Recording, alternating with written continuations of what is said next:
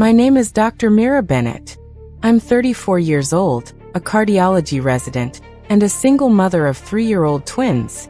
A few months ago, I was lying in an emergency room bleeding internally after a car accident. My hands were shaking as I dialed my parents' number. I needed anyone, to watch my son and daughter for just a few hours while doctors tried to save my life. What I got instead was a text message in our family group chat. "You've always been a nuisance and a burden. We have Taylor Swift tickets with your sister tonight. Figure it out yourself." So I did. From my hospital bed, I called a nanny service, paid triple the rate, and made a decision that would change everything. I cut them off completely. The monthly mortgage payments, the health insurance, the car repairs, everything I'd been quietly paying for the past 8 years gone. 2 weeks later, there was a knock on my door. Before I tell you who was standing there and what happened next, let me take you back to where it all began. Growing up in the Bennett household, I learned early that love came with a ranking system. My older sister, Chloe, was the star, 3 years older, effortlessly beautiful, magnetic. When she announced she wanted to pursue fashion design, my mother cried happy tears. My father called her our little visionary. When I said I wanted to become a doctor, my father nodded. "That's practical." That was it. Practical. I buried myself in textbooks, aced every exam, and clawed my way into one of the top medical schools in the country. 4 years of undergrad, 4 years of medical school, 3 years of residency specializing in cardiology. The day I graduated from medical school should have been one of the proudest moments of my life. My parents arrived 2 hours late. "Sorry, sweetheart," my mother said, not quite meeting my eyes. Chloe had an emergency meeting with a potential investor. We had to drop her off first. No flowers. No celebration dinner. Just a quick photo in the parking lot before they rushed off because Chloe needed emotional support after her meeting. Compare that to Chloe's first fashion show 3 years earlier. The whole family flew to New York. 5-star hotel. Front row seats. My father posted 17 photos on Facebook with captions like, "So proud of our talented girl." I got a parking lot photo and a lukewarm "Congrats, honey." I told myself it made sense. Fashion is competitive. Chloe needed more support.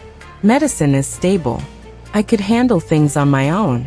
But what I didn't know then was that my parents' favoritism wasn't just emotional.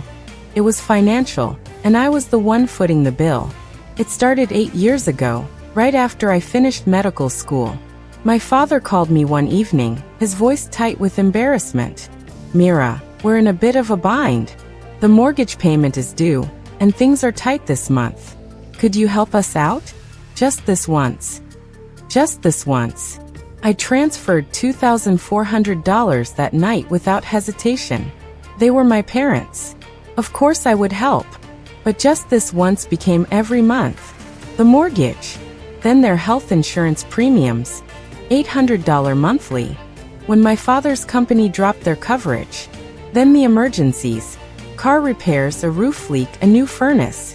I never said no. Not once. When I got pregnant with the twins and their father walked out during my 5th month, I called my parents from the hospital after a scary bleeding episode. I was terrified, alone, desperate for support. "Oh honey, we wish we could come," my mother said. "But Chloe is so stressed after her show in Milan. She really needs us right now." They didn't come. Not for the birth. Not for the first month when I was barely sleeping, nursing 2 newborns while studying for my board exams. But the automatic transfers kept going out. $2,400 for the mortgage, $800 for insurance, whatever else they needed. I kept a spreadsheet. I don't know why. Maybe some part of me needed to see it in black and white. The numbers were staggering. 8 years. $364,200, give or take. I never asked for gratitude. I never expected a parade. But I also never expected to be called a burden by the people I'd been carrying for almost a decade. That reckoning was coming. I just didn't know it yet. The accident happened on a Tuesday evening. I was driving home after a 16-hour shift. My eyes were heavy, but I was alert enough. The light turned green. I pulled into the intersection. I never saw the truck. It ran the red light doing 50 miles an hour. The impact hit my driver's side door. Glass exploded. Metal screamed. The world spun, then went black. I woke up in an ambulance. Pain searing through my abdomen. A familiar face hovered above me. Dr. David Cross, an emergency physician at my hospital. We'd worked together for 2 years. Mira, you were in an accident. Possible internal bleeding. You're going to need surgery. Surgery. The word hit me like a second collision. My kids. I grabbed his arm. Lily and Ethan. They're with the babysitter. She leaves at 8. David checked his watch. It was 7:15. 45 minutes. I had 45 minutes to find someone to watch my children while doctors cut me open. I fumbled for my phone with shaking hands. Blood smeared across the screen as I pulled up my parents' number. It rang 4 times. Mira. My father's voice was impatient. We're about to leave. What is it? Dad, I need help. I was in an accident. I'm being taken to the hospital, surgery. Please, I need you and Mom to watch the twins just for a few hours. Silence on the line. Then hold on. I heard muffled voices. My mother's tone sharp and annoyed, Chloe's laugh in the background. The line went quiet. Then my phone buzzed with a text notification. Family group chat. The message was from my mother. Mira, you've always been a nuisance and a burden. We have Taylor Swift tickets with Chloe tonight. We've been planning this for months. Figure it out yourself. I read it twice. 3 times. The words didn't change. A second message appeared from my father. You're a doctor. You're used to hospitals. Don't make this into a bigger deal than it needs to be. Then Chloe. Not words. Just a laughing emoji. That was it. That was all I was worth to them. A laughing emoji while I lay bleeding in an ambulance. David was watching me. I didn't realize he could see my screen until he spoke. Mira, what did they say? I couldn't answer. Something had cracked open inside me, and it wasn't just the internal bleeding. I need a phone with internet, I whispered. Mine's dying. He handed me his without question. I Googled emergency nanny services, found one with 24-hour availability, called Explain the Situation in clipped professional sentences. Yes, I would pay triple the rate. Yes, I would provide the babysitter's contact for handoff instructions. Yes, I authorized payment immediately. It was done in 4 minutes. David was still watching me when I handed back his phone. He didn't say anything.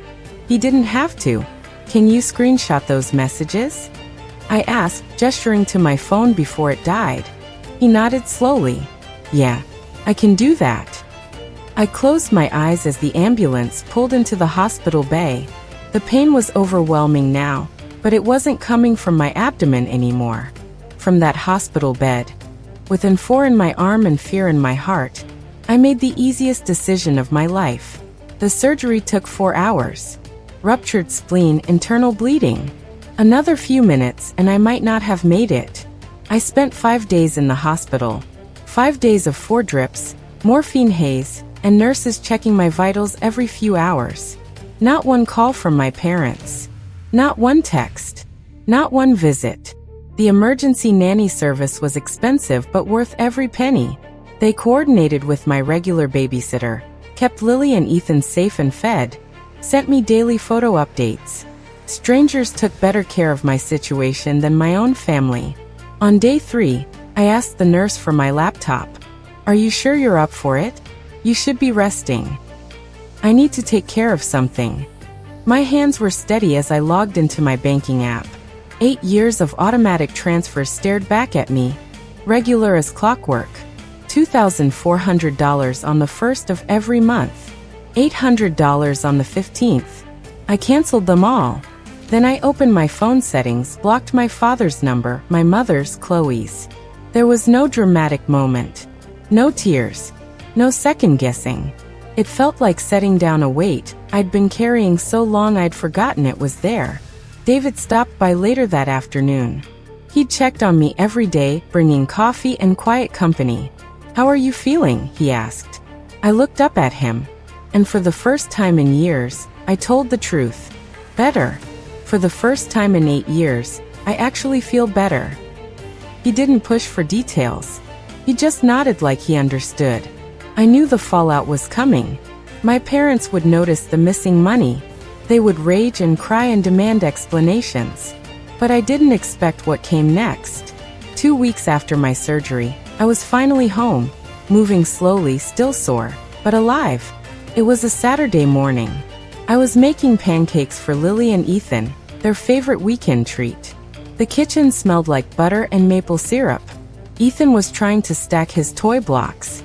Lily was helping by knocking them down. Then came the knock. 3 sharp raps on my front door. I wiped my hands on a dish towel, my heart rate spiking. If it was my parents, I wasn't ready. I didn't know if I'd ever be ready. I looked through the peephole, and my breath caught. Standing on my doorstep was a tall man in his 70s. Silver hair neatly combed. Sharp blue eyes that I remembered from childhood. A posture that still carried the authority of 40 years on the federal bench. Grandpa William. I hadn't seen him in almost 3 years. My parents always had excuses for why we couldn't visit. Too busy, too far, too inconvenient. I opened the door, and he pulled me into a hug so tight it made my surgical incision ache. "Mira." His voice was rough. "Let me look at you." He pulled back, his eyes scanning my face, then dropping to where my hand rested protectively over my abdomen. "I know everything," he said quietly. "Eleanor told me." Aunt Eleanor, my mother's younger sister, the only person in the family who'd ever openly questioned how my parents treated me. "Grandpa, I don't." He held up a hand. "You don't need to explain anything. But I do need you to come somewhere with me." He reached into his jacket and pulled out an envelope, cream-colored, elegant, formal. An invitation. My 70th birthday party next Saturday. The whole family will be there. His eyes met mine. And I have some things that need to be said. Grandpa William sat at my kitchen table, watching Lily and Ethan with a soft smile. They'd taken to him immediately, showing off their toys, demanding his attention. He gave it freely. "They look just like you did at that age," he said. "Same stubborn chin." I sat down with 2 cups of coffee and took the seat across from him. "Grandpa, how did you find out about the accident?" "About everything. Eleanor called me the night it happened. She'd heard through one of your cousins." He wrapped his hands around the mug. "When she told me what your parents did." He stopped, jaw tightening. "I've watched this for years, Mira. The way Helen and Richard treat you versus Chloe. I'm old, but I'm not blind." I stared at my coffee. I thought maybe I was imagining it, making it bigger than it was. "You weren't." His voice carried the weight of a man who'd spent decades separating truth from lies. "I was a federal judge for 40 years. I know how to read people. I know what favoritism looks like, what exploitation looks like." He leaned forward. "Tell me something. Do you still have records of the money you've sent them?" I nodded slowly. "Every transfer. 8 years." "Good." He sat back. "I want you to put together a summary. Every payment, every date, every amount."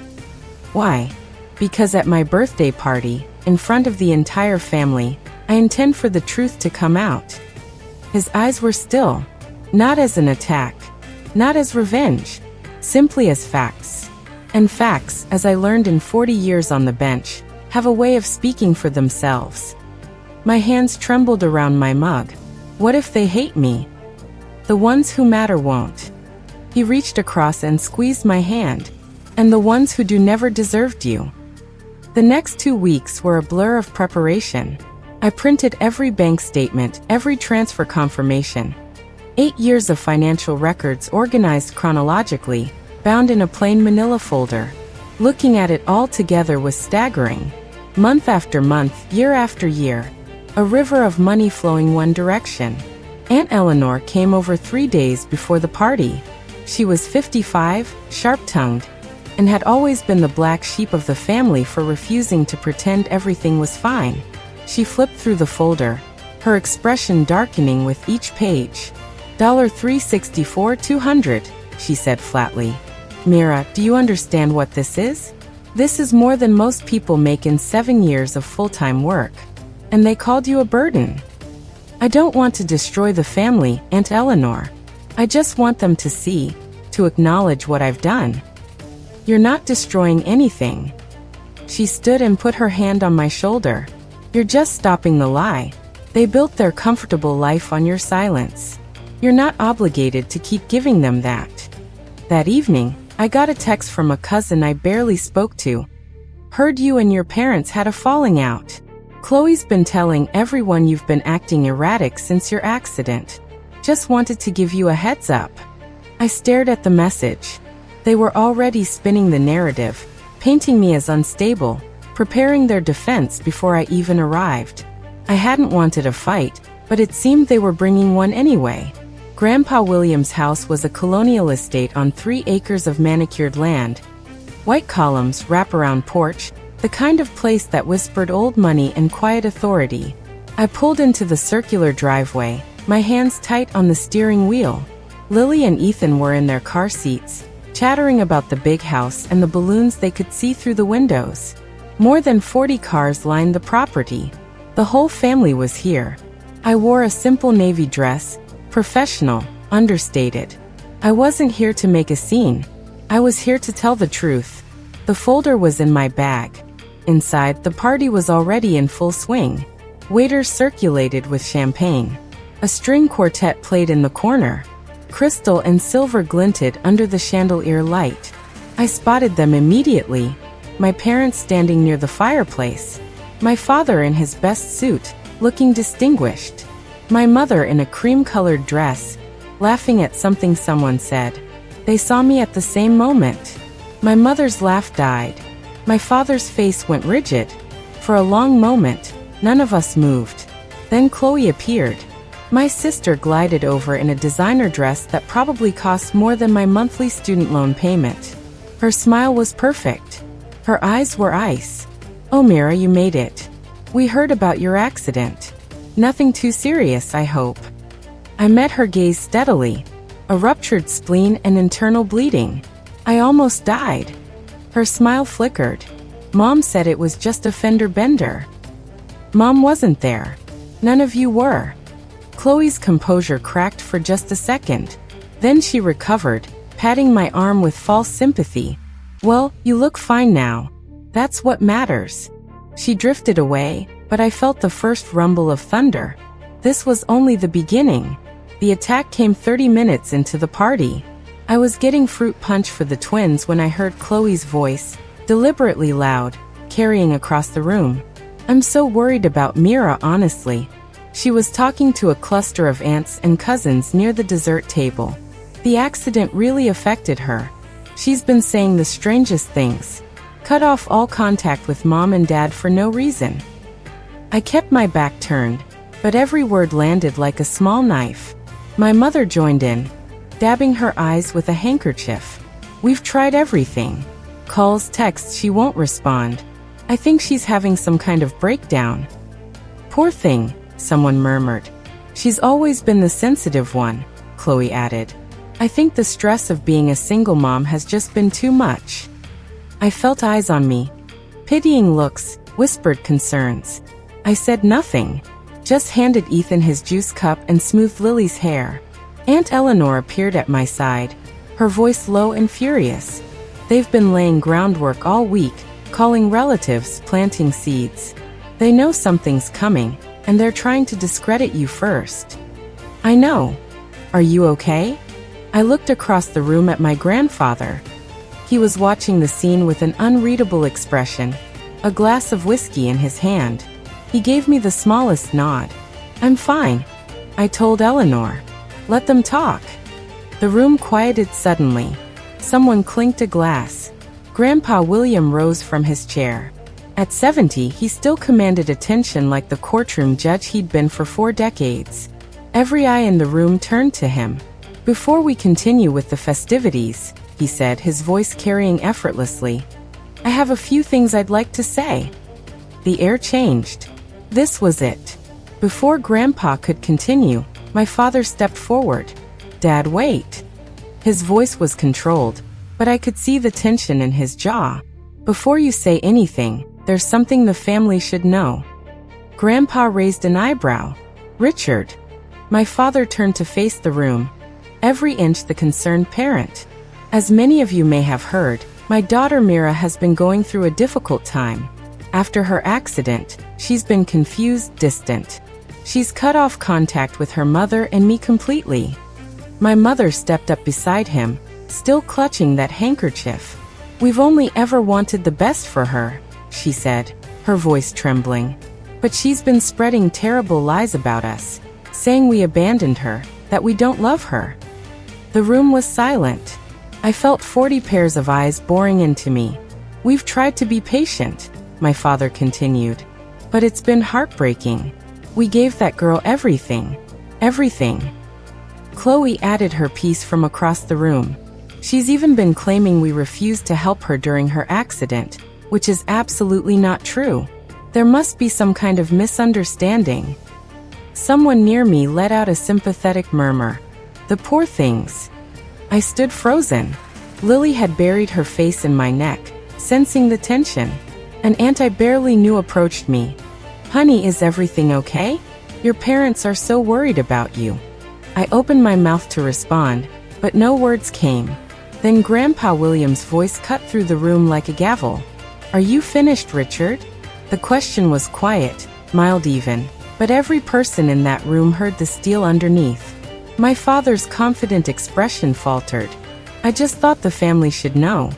"The family should know the truth," Grandpa interrupted, "and I intend to give it to them." Grandpa William walked to the center of the room. His gait was measured, deliberate. The walk of a man who had presided over hundreds of cases and never once lost control of his courtroom. "I've listened to your concerns, Richard. Helen, Chloe, you've painted a very clear picture of a troubled young woman who's turned against her loving family." He paused, letting the words hang. "Now, I'd like to ask some questions." My father shifted uncomfortably. "Dad, I don't think this is the place." "This is exactly the place." Grandpa's voice didn't rise, but it hardened. "This is family, and families should know the truth about each other." He turned to my father. "Richard, a simple question. Who has been paying the mortgage on your house for the past 8 years?" The color drained from my father's face. "What? Your mortgage? $2,400 a month for 8 years. Who's been paying it?" We pay our own mortgage." "Do you?" Grandpa reached into his jacket pocket and pulled out a folder. "My folder? Because I have here a complete record of bank transfers from Mira's account to your mortgage company. Every month for 96 consecutive months." A murmur rippled through the room. That's a misunderstanding," my mother stammered. Mira offered. "We never asked." "I'm not suggesting you held a gun to her head," Grandpa said calmly. "I'm simply establishing facts." He opened the folder. "Let me share some numbers with the family. I think they'll find them illuminating." Across the room, Chloe had gone pale. My father's hands were clenched at his sides. My mother looked like she might faint. And I stood there holding my children, my heart pounding as the truth finally began to surface. 8 years. Grandpa William read from the folder. "Let's break it down." The room was utterly silent. Even the string quartet had stopped playing. Mortgage payments, $230,400. He looked up. "That's the house Richard and Helen live in. The house they claim they pay for themselves." Someone gasped. "Health insurance premiums, $76,800. When Richard's company dropped their coverage, Mira picked up the bill. He flipped a page. Car repairs, home maintenance, emergency expenses, approximately $45,000. Another page. Cash gifts and financial support for Chloe's fashion ventures, $12,000. He closed the folder. Total, $364,200, give or take. The silence was deafening. Aunt Eleanor stepped forward. "For context, everyone, That's more than most people make in 7 years of full-time work. Mira did this while completing her medical residency and raising infant twins alone. She offered. My mother's voice cracked. We never forced her. No one said you forced her, Grandpa replied. But I am curious. In 8 years of receiving that support, how many times did you say thank you? No answer. How many times did you visit her in the hospital after her twins were born? Still nothing. How many times did you show up for her? My mother started crying, not the delicate, sympathetic tears from earlier. Real, ugly sobs. We thought she was fine, my father said, his voice hollow. She never complained. She always managed. She managed, Grandpa repeated. Because she had to. Because you taught her that her needs didn't matter. An uncle near the back shook his head. Jesus, Richard. $360,000 and you called her a burden. My father flinched like he'd been struck. But Grandpa wasn't finished. There's one more thing the family should hear. He pulled out his phone, adjusting his reading glasses. 2 months ago, Mira was in a car accident, a serious one. She was bleeding internally and being rushed to emergency surgery. From the ambulance, she called her parents. Her children were home with a babysitter who was about to leave. She needed someone to watch them for a few hours. He paused, looking directly at my parents. This is the text message she received in response. From Helen. I'll read it exactly. He cleared his throat. Mira, you've always been a nuisance and a burden. We have Taylor Swift tickets with Chloe tonight.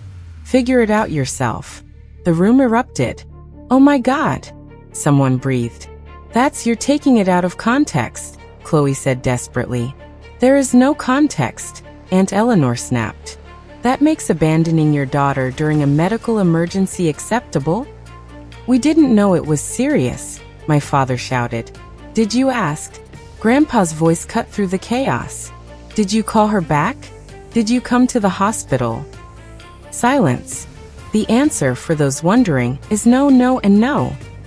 A woman I recognized as a distant cousin stepped away from my parents. Her face twisted with disgust. Several others followed.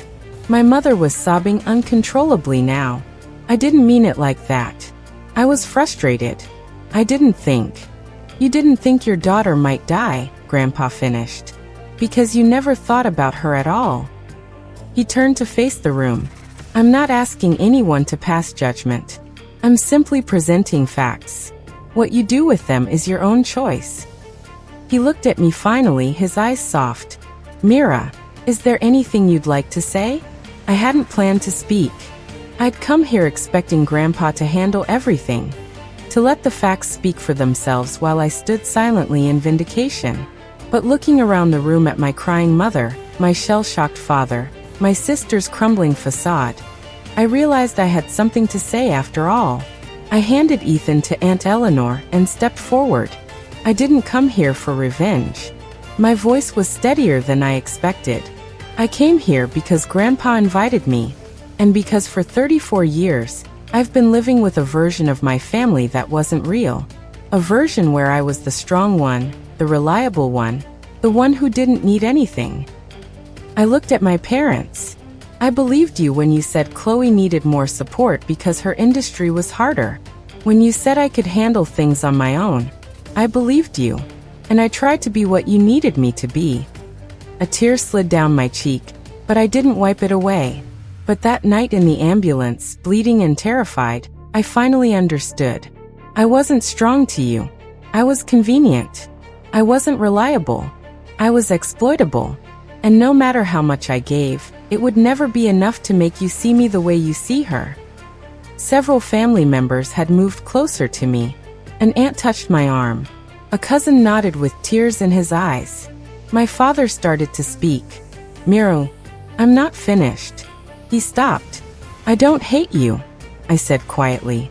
But I can't keep pretending this is okay. I can't keep buying love that should have been free. An uncle across the room turned to my father. How could you, Richard? This whole time you've been living off your daughter, while treating her like nothing. The room was turning. I could feel it. So what now? My father's voice was desperate. You've humiliated us in front of the whole family. Are you happy? I shook my head slowly. I'm not happy, Dad. None of this makes me happy. I took a breath. But I'm also not sorry. Because this isn't about humiliation. It's about honesty. For the first time in 8 years, our family knows the truth. Not your version. Not Chloe's spin. The truth. Chloe tried once more. This is ridiculous. You're acting like we're monsters. We're your family. Families help each other.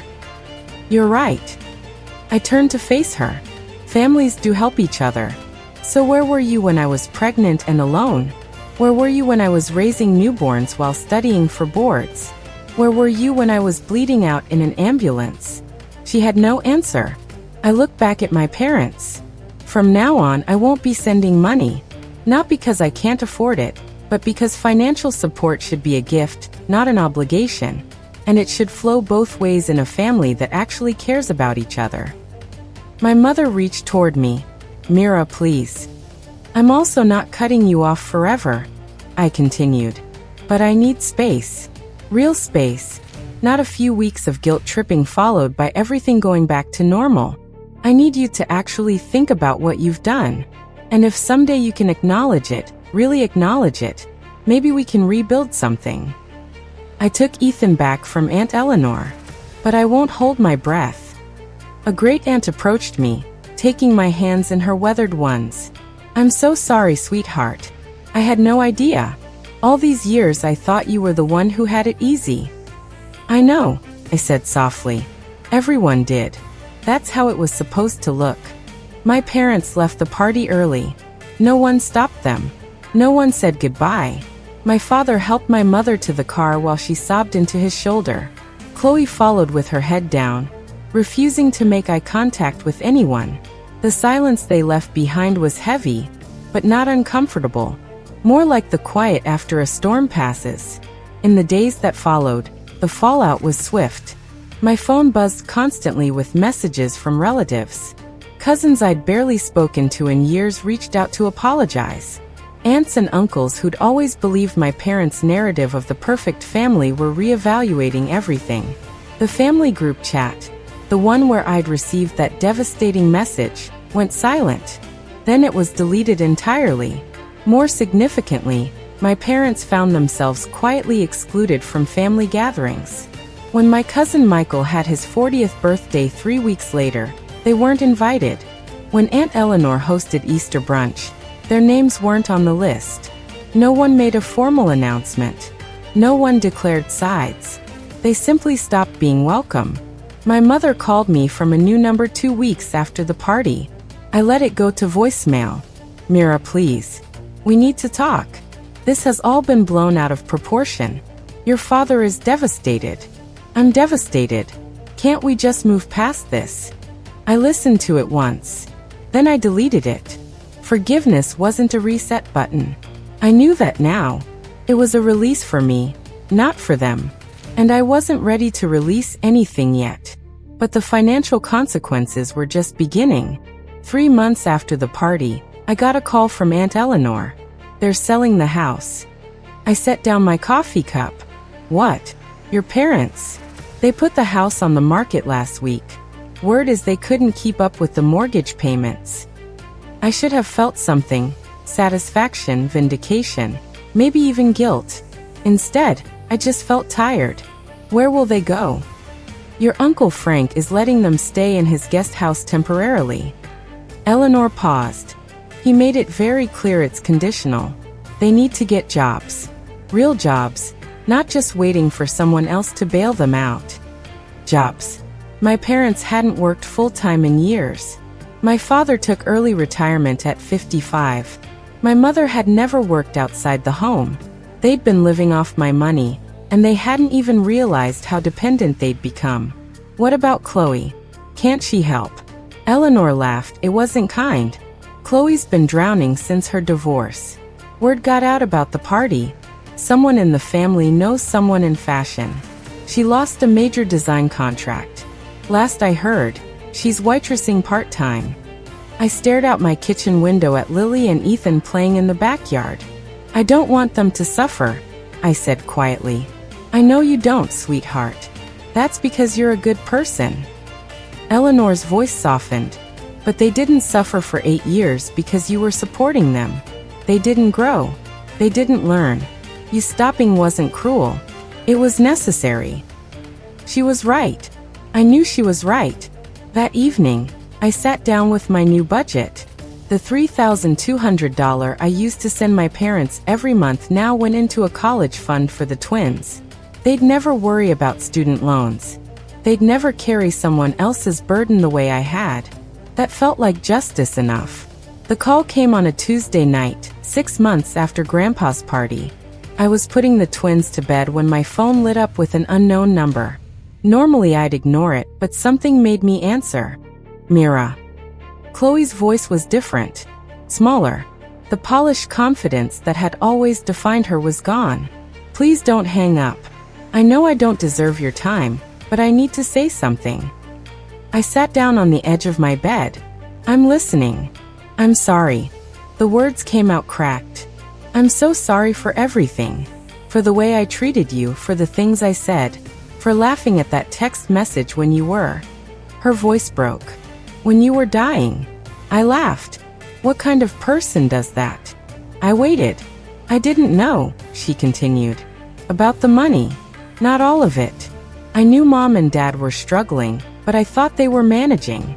I didn't realize it was you. For 8 years. Mira, how did I not know? Did you ever ask? Silence. No, she whispered. I didn't. Because I didn't want to know. I liked being the favorite. I liked that everything came easy for me. She laughed bitterly. Nothing's easy anymore. I heard about the contract. Yeah. Turns out your reputation matters in this industry. Funny how that works. We sat in silence for a moment. I'm not asking for money, she finally said. Or forgiveness. I just wanted you to know that I see it now. What I was. What Mom and Dad did. I see all of it. I took a deep breath. Then start from there. Stand on your own feet. Be better. Yeah. Her voice was thick with tears. I'm trying. Good. I hung up. And for the first time, I felt something like hope. 6 months after that call, 1 year after the accident that changed everything, I stood in my new apartment watching the sun set through the windows. It wasn't big. 2 bedrooms, 1 bathroom, a small kitchen.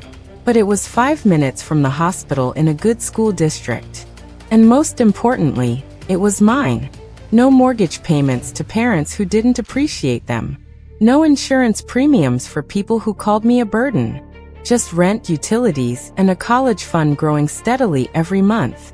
Lily and Ethan were at Grandpa William's house for the afternoon. He'd become a fixture in our lives over the past year. Every Sunday, he'd pick them up for adventures. The zoo, the park, ice cream that I pretended not to know about. They're good kids, he told me once. You're raising them right. From him, that meant everything. Aunt Eleanor had become more than family. She was a friend. We had dinner together twice a month. She'd helped me navigate the emotional aftermath of the party, of setting boundaries, of learning to prioritize myself. You know what I admire about you, she said recently. You didn't become bitter. A lot of people would have. You had every right to. What would be the point? I'd replied. Bitterness is just drinking poison and expecting someone else to get sick. As for my parents, we hadn't spoken directly, but I knew from family whispers that they were still at Uncle Frank's. My father had gotten a part-time job at a hardware store. My mother was doing bookkeeping for a local church. They weren't thriving, but they were surviving. Some days I wondered if they thought about me, if they missed me, if they regretted anything. But those weren't my questions to answer. I'd spent 34 years carrying their weight. It was finally time to put it down. If you've made it this far, I want to leave you with something. Not advice. I'm not qualified to tell anyone how to live their life. But a reflection. A lesson I learned the hard way. For 34 years, I believed that love was something you could earn. That if I just gave enough, sacrificed enough, asked for nothing in return, eventually the people who were supposed to love me would see my value. I was wrong. Love isn't a transaction. It's not a reward for being useful. And no amount of money, time, or energy can buy something that should have been freely given from the start. The family I have now, Grandpa William, Aunt Eleanor, friends like David who showed up when my own parents wouldn't. They didn't love me because of what I could provide. They loved me because of who I am. That's the difference. And it took almost dying on an operating table to understand it. I don't know what happens next with my parents. Maybe someday they'll truly change. Maybe they'll reach out with genuine remorse, ready to rebuild something real. If that happens, I'll consider it. But I won't wait for it. I won't shape my life around the hope of something that may never come. My life is mine now. My energy, my resources, my love. And if the people who raised you call your self-respect betrayal, then maybe they never deserved your loyalty in the first place.